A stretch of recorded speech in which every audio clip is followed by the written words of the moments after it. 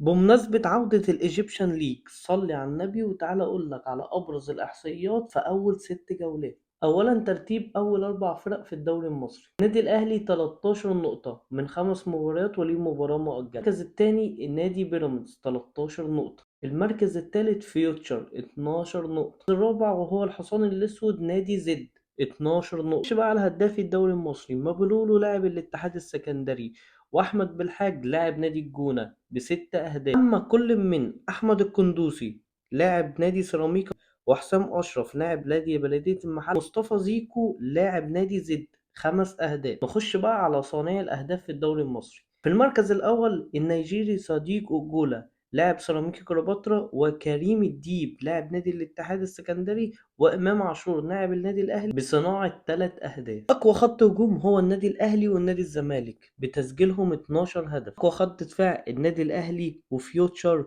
ونادي انبي استقبلوا 4 اهداف فقط.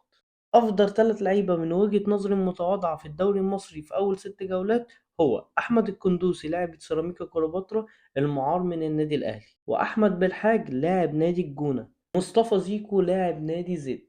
بالتوفيق لفرق الدوري المصري وخاصة النادي الأهلي، وما تنسوش أهلنا في غزة من الدعاء، وإن شاء الله نصر الله قريب جدا.